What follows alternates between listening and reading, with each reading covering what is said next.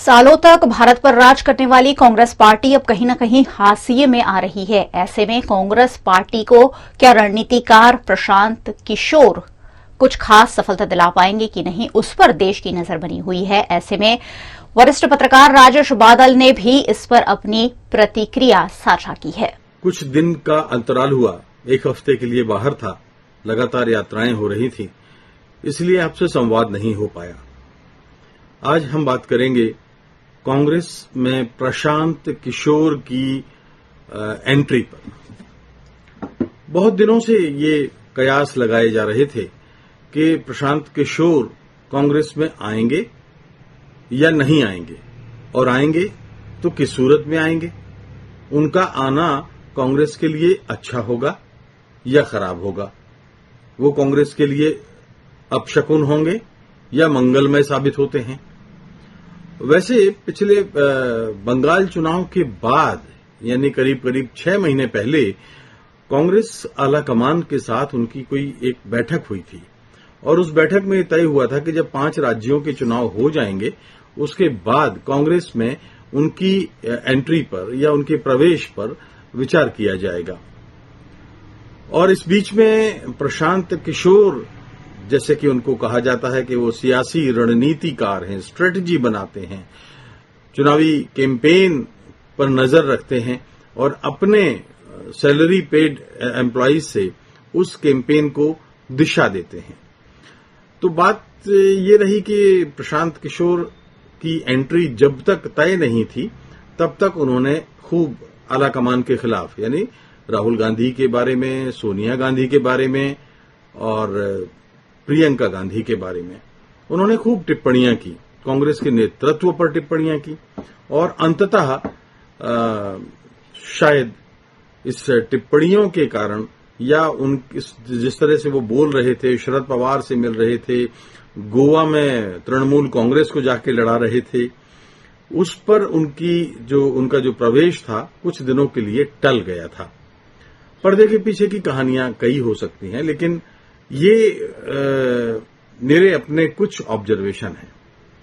पहली बात तो ये है कि देखिए, भारतीय लोकतंत्र में किसी भी परिपक्व आदमी को, बालिग आदमी को, समझदार आदमी को किसी भी पार्टी में जाने की छूट है, बशर्ते उस पार्टी की आइडियोलॉजी को वो समझता हो और उसका पक्षधर हो। अब आइडियोलॉजी तो बची नहीं किसी पार्टी में, सब अवसरवादी आइडियोलॉजी है। अगर आप उस मौके का फायदा उठाएं तो आप बेहतर राजनेता हैं, और अगर आप पराजित हैं, अगर आप थके हुए हैं और ये धारणा बन जाए कि आप लगातार चुनाव हार रहे हैं, तो शायद लोग आपके साथ खड़े ना हों। इन दिनों कांग्रेस का समय खराब है, इसको कोई नकार नहीं सकता, लगातार हार पर हार उसको मिल रही है, तो इसलिए उनको अपना घर तो ठीक करना ही है। अब कांग्रेस का दरअसल देखा जाए तो संक्रमण काल है और कांग्रेस कई मोर्चों पर लड़ रही है। एक मोर्चा पार्टी के अंदर है जिसको समूह 23 कहते हैं, या हम समूह 23 मान लें कि अभी कुछ दिनों के लिए विलुप्त हो गया है। तो ऐसे लोग जो समय समय पर कांग्रेस के नेतृत्व के ऊपर सवाल उठाते रहते हैं कि वो अपनी नीतियों से भटक रही है, नेतृत्व के सवाल पर फैसला करने में देरी करती है, और इसी वजह से उसका जनाधार सिकुड़ रहा है। दूसरा जो संघर्ष है पार्टी के अंदर, वो लीडरशिप का है। गांधी परिवार से 3 सदस्य मैदान में हैं, सोनिया गांधी, राहुल गांधी और प्रियंका गांधी। राहुल और प्रियंका को दरअसल एक ऐसी पारी खेलने की जरूरत है जिसमें उनको कामयाबी मिले। अभी तक तो नहीं मिली, लेकिन सोनिया गांधी एक बार जब 1996 के बाद कांग्रेस बिखर गई थी, टूट गई थी, सिकुड़ गई थी, और ये कहा जा रहा था कि अब बूढ़ी कांग्रेस खत्म हो गई है, तब उन्होंने राजनीतिक परिदृश्य में आकर और एक बार फिर जिंदा किया, पार्टी को जिंदा किया, और 10 साल तक कांग्रेस ने राज किया। व्यक्तिगत रूप से मेरा मानना यह है कि कांग्रेस दरअसल एक ऐसी पार्टी है नहीं, जैसे कि भारतीय जनता पार्टी को हम देखते हैं कि बाकायदा संगठन की शक्ल वो लेते हैं, जिला से लेकर के तहसील स्तर तक उनकी इकाइयां हैं, उनके ट्रेनिंग कैंप होते हैं, उनके आनुषंगिक संगठन जो हैं, दूसरे सहयोगी संगठन हैं जो उनको मदद करते हैं। कांग्रेस में पिछले 25 वर्षों में काफी हद तक ये जो नेटवर्क है वो बिखर सा गया है। तो ऐसी स्थिति में ये कहा जा सकता है कि कांग्रेस को अब एक बार फिर से वैचारिक तौर पर मजबूत होने की जरूरत है।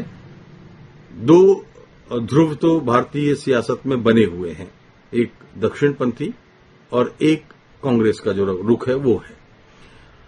अब सवाल यह है कि प्रशांत किशोर के भीतर या प्रशांत किशोर की पढ़ाई लिखाई या प्रशांत किशोर की सियासी समझ कितनी है, क्या उनमें वैचारिक निरंतरता है?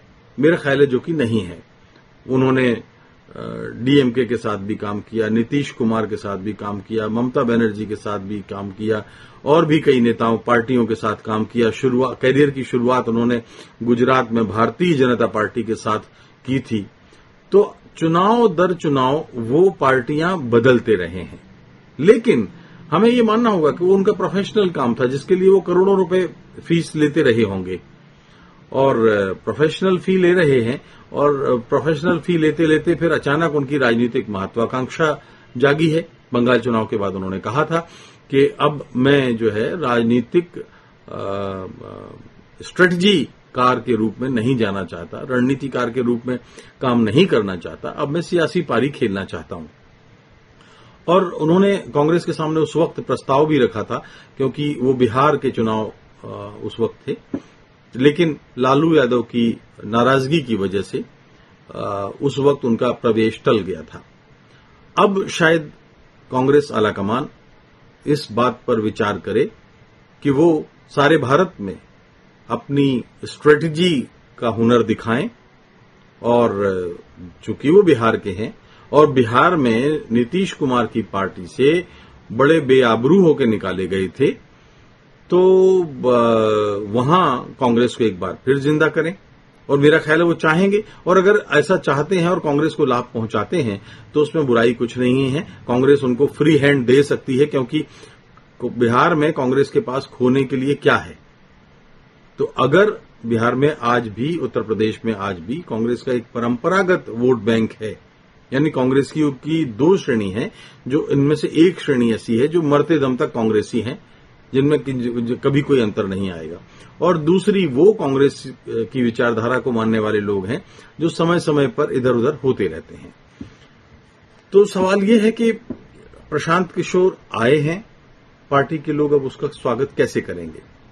जो अब पार्टी में प्रथम श्रेणी की पंक्ति में जो नेता हैं उनकी मुश्किल है, क्योंकि वो नए खून को बहुत आसानी से स्वीकार नहीं कर पा रहे हैं और इसीलिए जब तब वो प्रशांत किशोर का विरोध भी करते रहे हैं।